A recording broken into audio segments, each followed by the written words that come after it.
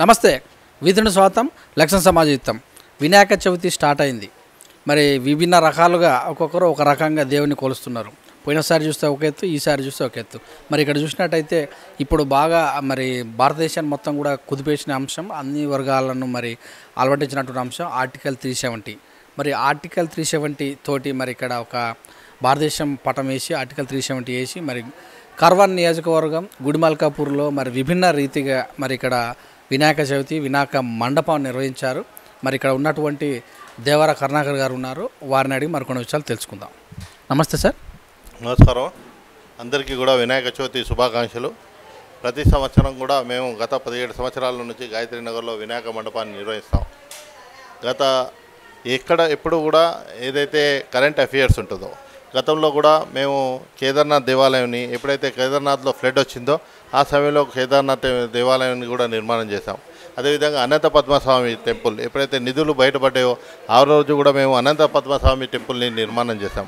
ఈ విధంగా last time మేము సోమనాథ్ టెంపుల్, దానికన్నా మొదలు అదేవిధంగా అమర్నాథ్ టెంపుల్, ఇలా ప్రతిసారి కూడా ఒక అద్భుతమైన కళాకారులతోని ఆ యొక్క మండపాన్ని నిర్మాణం చేస్తాం. ఈసారి కశ్మీర్ దృష్ట్యా, ఈసారి దేశమంతా కూడా కశ్మీర్ వైపు చూస్తున్న దృష్ట్యా కశ్మీర్ లోయలు, కశ్మీర్లో ఏ విధంగా వాతావరణం ఉంటుంది అనే ఉద్దేశంతో ఆ విధంగా ఒక మంచు కొండల మధ్యలోకి వెళ్ళి మనం రావడం, అదేవిధంగా వినాయకుని దర్శనం చేసుకోవడం, అదేవిధంగా వినాయకుడు కూడా గుఫలోని ఉన్నట్టు ఏ విధంగా అయితే వైష్ణోదేవి గుఫలో ఉంటుందో కశ్మీర్లో, ఆ విధంగా అదే రకంగా మేము కూడా వినాయకుని మహా మండపాన్ని కూడా నిర్మాణం చేశాం. దాంతోపాటు ఇక్కడ శివుడు యొక్క తపస్సులో శివుని ఒడిలో ఉన్న వినాయకుని యొక్క విగ్రహాన్ని కూడా ప్రతిష్ఠించాం. ప్రతిసారి కూడా ఇది ఒక మెసేజ్ ద్వారా ప్రజలకు అందరికీ కూడా తెలియజేయాలి. ఈరోజు భారతదేశం అంతా కూడా కశ్మీర్ వైపు చూస్తున్న దృష్ట్యా మేము ఈరోజు కశ్మీర్ యొక్క వాతావరణాన్ని, కశ్మీర్ యొక్క మండపాన్ని, కశ్మీర్ గణేష్ పేరు మీద ఈసారి మండపాన్ని నిర్మాణం చేశాం. అయితే ఇప్పుడు ఇదంతా కూడా చేయాలంటే ఈ మండపం ఏర్పాటుగా ఎప్పటి నుంచి మీరు అనుకున్నారు? మీరు ఎన్ని రోజులు ఇక్కడ శ్రమ చేశారు? ఈ మండపాన్ని నిర్మాణం చేయాలంటే గత 20 రోజుల నుంచి కూడా సుమారు 10-12 మంది కళాకారులు దీని మీద పనిచేస్తారు. దీన్ని నిర్మాణం చేయడానికి కూడా మాకు సుమారు 5-6 లక్షల రూపాయలు ఖర్చు వరకు వస్తుంది. దీని అంతా కూడా మేము స్థానికంగా ఈ కాలనీ వాసులమే, బయట కూడా ఎక్కడ కూడా ఒక పైసా చెంద చేయకుండా స్థానికంగా అందరం కూడా కోరుకొని ఈ యొక్క వినాయకుని మండపాన్ని నిర్మాణం చేస్తాం. ప్రతిసారి కూడా ఇక్కడ మహిళలతో రోజు కూడా పూజా కార్యక్రమాన్ని, మళ్ళీ లలిత సహస్రము మరియు మహిళలతో కుంకుమార్చనలు, మా సామూహికంగా కుంకుమార్చన కానీ, అదేవిధంగా విఘ్నేశ్వరుని యొక్క హోమం కానీ, ఇవన్నీ కూడా మేము గత నవరాత్రులు చేస్తూ ఉంటాం. రోజు ఇక్కడ మహిళలు కూడా పసుపొట్టు కార్యక్రమాన్ని కాలనీ వాసులందరూ కూడా వచ్చి ఇక్కడ పూజ నిర్వహిస్తారు. అయితే ఇప్పుడు కాలనీ వాసులు అందరూ అంటారు కదా, అంటే విభిన్న పార్టీల వాళ్ళు, విభిన్న మనస్తత్వాలు ఉన్న వాళ్ళు ఉంటారు. అంటే ఇలాంటిది పెట్టినప్పుడు ఎవరైనా దీన్ని ఏమన్నా వద్దు ఇలా ఉంటే బాగుంటుంది అని ఏమన్నా చెప్పారా? అలాంటిది ఏం లేదు. కానీ ఈసారి ఏంటంటే మేము 370 ఆర్టికల్ అనేది చాలా ఇక్కడ ప్రభావం పెరిగింది. అందరూ కూడా 370 ఆర్టికల్ వినాయక మండపం అనే విధంగా ఉంటే గతం రాత్రి కూడా నాకు స్థానికంగా పోలీసు వారు కూడా ఆ యొక్క మీరు 370 ఆర్టికల్ అనకండి, 370 ఆర్టికల్ అనే దాన్ని పదం వాడకండి అనే విధంగా వాళ్ళు చెప్పడం జరిగింది. అదంటే ఏం లేదు, అన్ని వర్గాలు, అన్ని రాజకీయ పార్టీలు అందరూ కూడా దీనికి సహకరిస్తారు. ఇక్కడ కేవలం హిందువులే కాదు, మీరు చాలాసార్లు చూడండి ఇక్కడ ముస్లిమ్స్లు కూడా ఈ యొక్క అలంకారాన్ని చూడడానికి వస్తూ ఉంటారు. మేము ప్రతిసారి కూడా అనేక మంది ముస్లిం సోదరిమణులు కూడా ఇక్కడికి అలంకారాన్ని చూడడానికి, అంటే కేవలం ఒక మండపం ఏ విధంగా నిర్మాణం చేశారనే ఉద్దేశంతో చూడడానికి ఇక్కడ అందరూ వస్తూనే ఉంటారు. మేము ప్రతిసారి కూడా ప్రతిరోజు కూడా ఇక్కడ సుమారు 2000 నుంచి 3000 మంది జనాలు భక్తులు దర్శనానికి అయ్యి వస్తాం.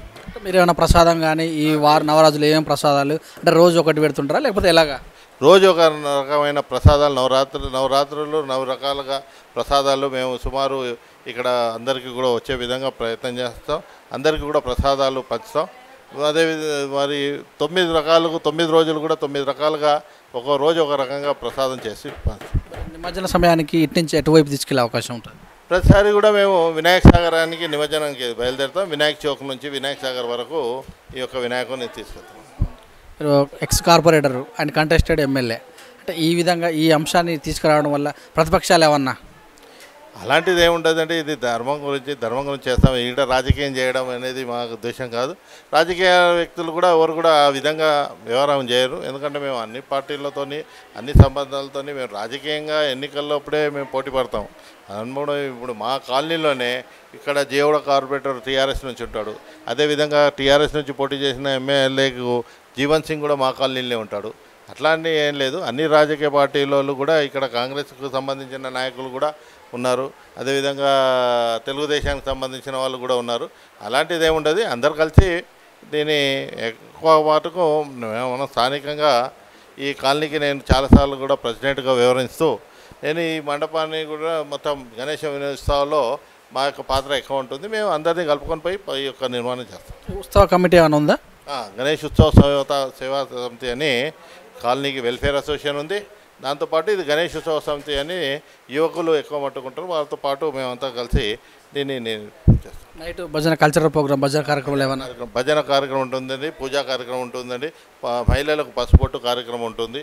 అదేవిధంగా ఒకరోజు మనకు విఘ్నేశ్వరుని యొక్క హోమం కూడా ఉంటుంది. అదేవిధంగా ఈ భజన పోటీలు కూడా నిర్వహిస్తూ ఉంటాం మధ్యలో ఏదో ఒక రోజు. ఈ విధంగా రకరకాల కల్చరల్ కార్యక్రమాలు కూడా ఉంటాయి. ఓకే, మరి మీ వంతుగా మా టీవీ తరపున ప్రేక్షకులు అందరికీ కూడా వినాయక చవితి శుభాకాంక్షలు. ఈ యొక్క టీవీ ద్వారా ఏదైతే తిలకిస్తున్నారో వాళ్ళందరినీ కూడా నేను వినాయక చవితి శుభాకాంక్షలు చేస్తూ చక్కగా ఇలాంటి టీవీ ఇంకా దినదిన అభివృద్ధి చెందాలని ఆశిస్తున్నాను. Thank you sir, thank you very much. ఇదండి మరి ఇక్కడ ఉన్నటువంటి దేవర కరుణాకర్ గారు చెప్పినట్టు విషయాలు. చూస్తూ ఉండండి. విధులు కెమెరా రాజుతో మీ సురేష్ దండం.